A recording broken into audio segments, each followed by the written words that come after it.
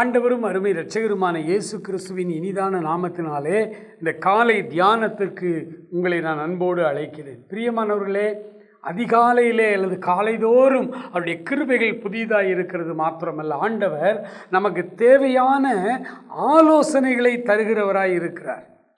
இந்த நீதிமொழிகள் 6ஆம் அதிகாரத்தில் 16வது வசனத்தை உங்களுக்காக நான் வாசிக்கிறேன். 6 காரியங்களை அவர் வெறுக்கிறார், 7 அவருக்கு அருவருப்பானது என்று வேதம் சொல்லுகிறது. ஆம், எனக்கு அருமையானவர்களே, ஆண்டவர் அருவருக்கிற காரியங்கள்.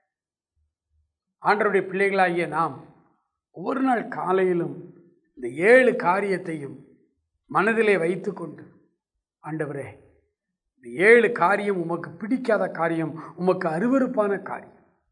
ஆகவே இந்த 7 காரியத்தில் ஒரு காரியத்தை கூட இன்றைக்கு நான் வெளியே சென்று மாலை வீடு திரும்புவதற்குள்ளான இந்த பகல் வாழ்க்கையில், இந்த தொழில், என்னுடைய வேலை ஸ்தலங்களில் அல்லது படிக்கிற இடங்களில், ஆண்டவர், இந்த 7 காரியத்தில் ஒரு காரியம் கூட என் வாழ்க்கையில் வரக்கூடாது, என்னை அர்ப்பணிக்கிறேன் என்று நாம் சொல்ல வேண்டும். முதலாவது காரியம் மேட்டிமையான கண்.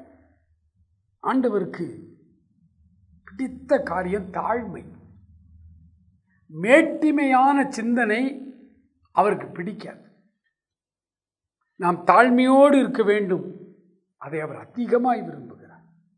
நமக்கு முன்மாதிரியாய் அவரே பரலோகத்திலிருந்து தன்னை தாழ்த்தி மரண பரியந்தம் தன்னை தாழ்த்தினார் என்று வேதம் சொல்லுகிறது. தாழ்மையின் சிகரமாய் அவர் வாழ்ந்து காண்பித்தார்.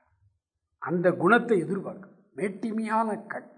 ஒரு மனிதனுக்கு மேட்டிமையான கண் அப்படின்னு சொல்கிறோமே, இந்த காரியம் ஏன் வருகிறது?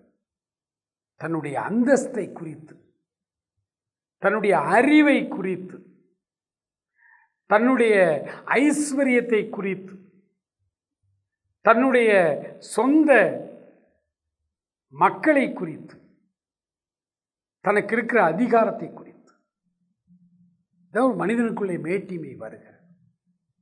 ஆனால் நம்முடைய அந்தஸ்து, அதிகாரம், படிப்பு, செல்வம், நமக்கு இருக்கிற எல்லா இந்த 5 காரியங்களுமே கடவுள் கிருபையாய் நமக்கு கொடுத்தார் என்கிற எண்ணம் இருந்தால் நமக்கு மேட்டிமையான பார்வை, மற்றவர்களை அலட்சியமாய் பார்க்கிற பார்வை, அதிலும் ஏழை எளிய ஜனங்களை அலட்சியப்படுத்துகிற பார்வை நமக்கு வராது.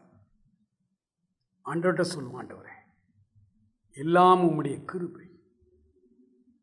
அன்பு நிறைந்த பரலோக பிதாவே, இந்த காலை வேளைக்காக நன்றியோடு உம்மை துதிக்கிறோம். ஆண்டவரே, என் ஞானம், கல்வி, செல்வம் எல்லாம் ஒன்றுமில்லை, குப்பை என்று எண்ணுகிறேன் என்று பக்தர்கள் பாடினார்களப்பா.